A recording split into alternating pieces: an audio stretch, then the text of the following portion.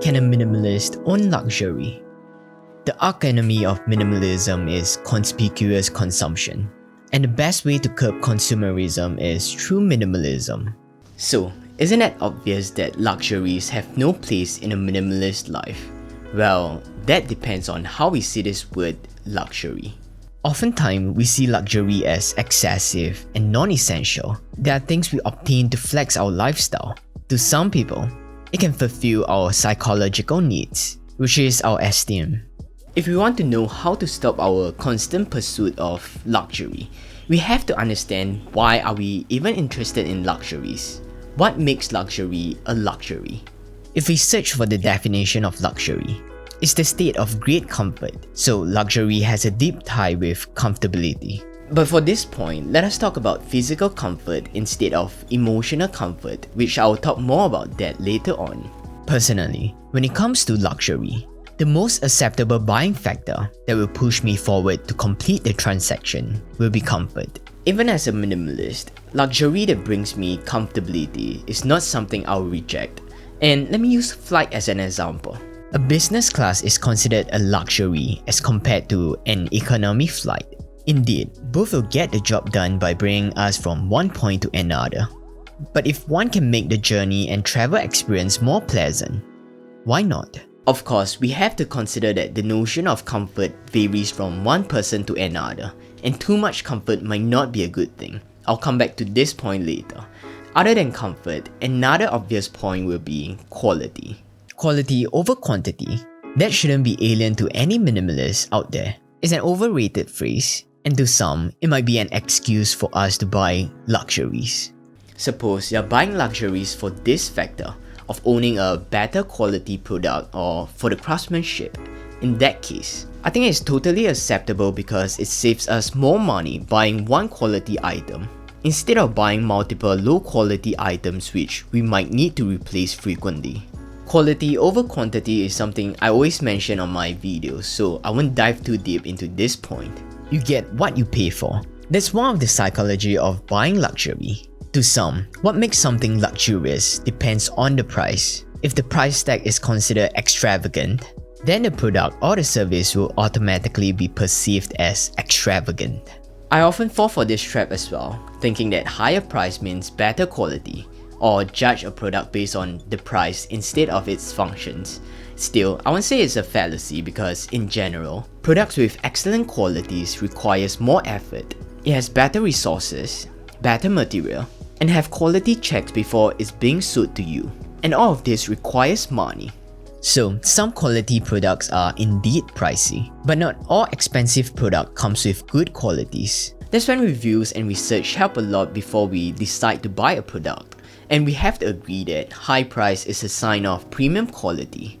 By the way, there's a wine experiment that supports this price illusion in luxury. It involves blind taste for different price wine, and they are labeled with a price tag stating low, mid, and high price. But what the taster didn't know was, the wine that is labeled with a high price is actually the cheapest one. And no surprise, the result shows that the wine that is labeled with a high price tastes better and more pleasant.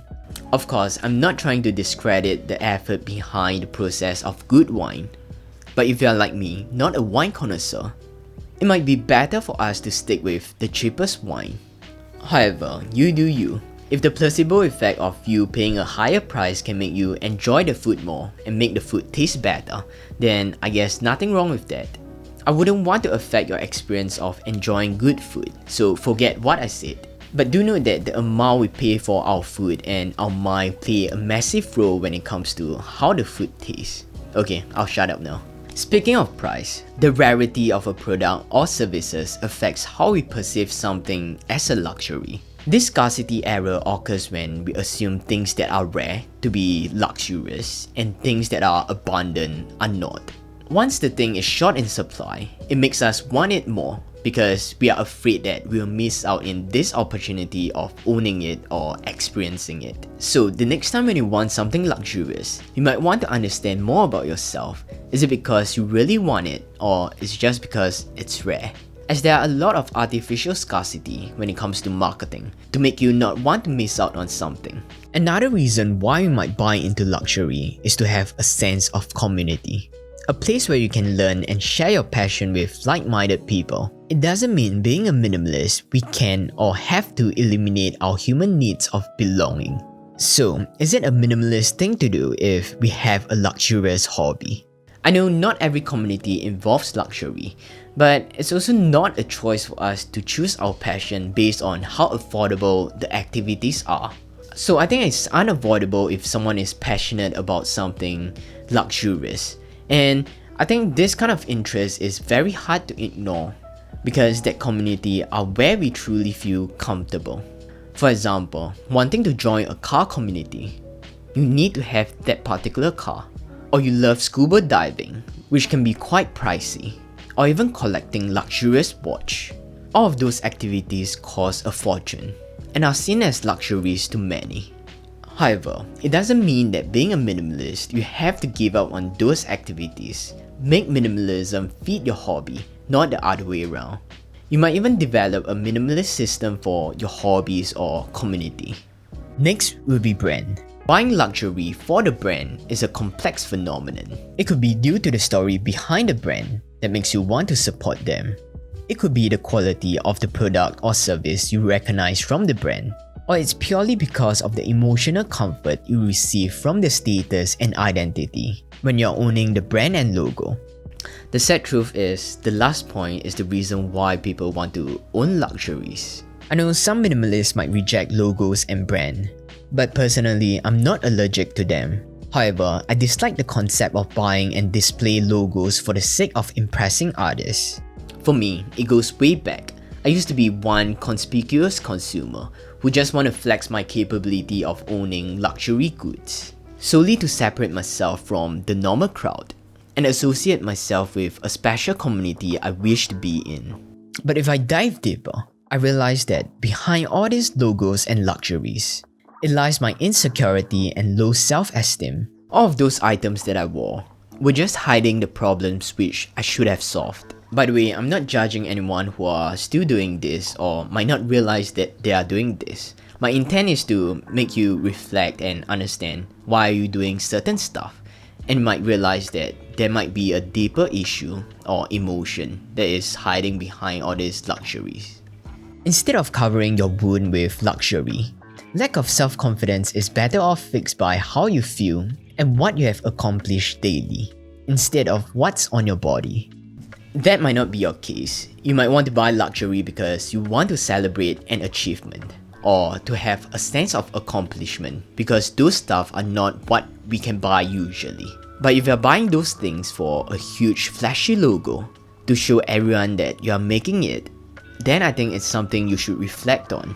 I think that there's nothing wrong with buying luxury for the brand, but we just need to make sure that this action is done intentionally for ourselves and not to show others. So that's the 6 main reasons why we pursue luxury, and it has a deep connection with comfortability, whether is it physical or emotional.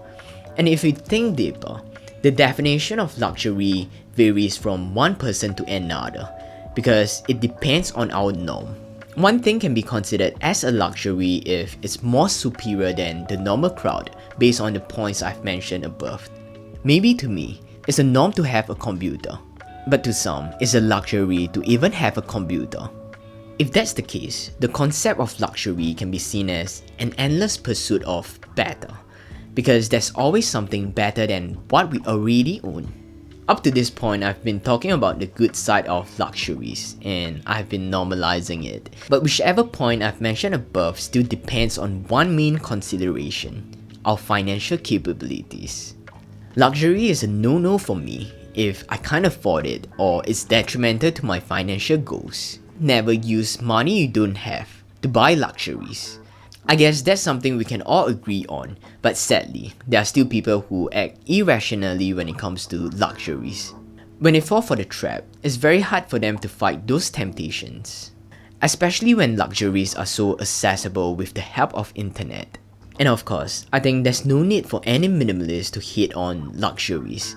Whether you want to buy it or not, it shouldn't be dependent whether you are a minimalist or not. It strictly depends whether it aligns with your financial interests and goals. And I love one of Mr. Money Mustache quote. He said that luxury is just another weakness. Once we step into the world of luxury and comfort, we know that it's difficult for us to sustain this luxury crave, and it's even harder for us to turn back and go back to our normal, ordinary life. Let's say, you have the first taste of an expensive coffee, and now your homemade coffee becomes tasteless. You felt the speed of a new car, and now taking public transport is a hassle to you. You wore a watch owned by other rich men, and now an average watch seems boring to you. So in some sense, I do believe that luxury makes us weak, and it becomes a weakness that burns our pocket, and one that distracts us away from our financial goals.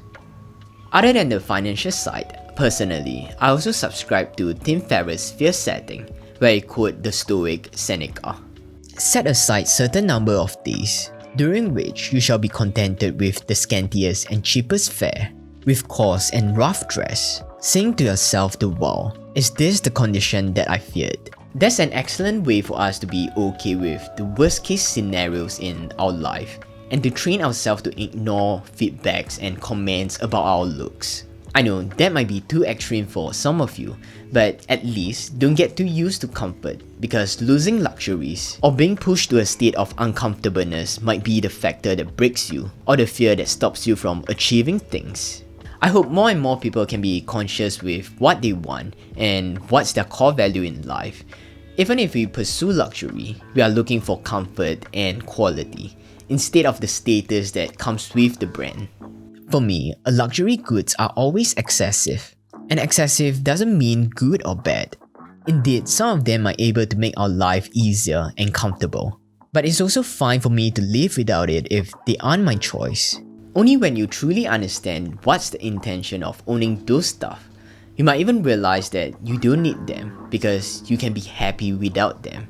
And you might realize those are just things that cover up your deeper issue that you don't want to face. If we can remove the show-off mindset from luxury and only see it as a special treat we reward ourselves every once in a while, that's how we can find a balance and the perfect way for us to enjoy a luxurious life. That's all I have for this week. I hope you enjoyed this. And if you're here for the first time, I don't know when's the next time YouTube will recommend my video to you guys. So you might want to consider subscribing to this channel, on the bell icon for future videos, and a click on the like button will help a lot with the algorithm. I truly appreciate that. Thanks for watching this, and I'll see you guys again on the next one.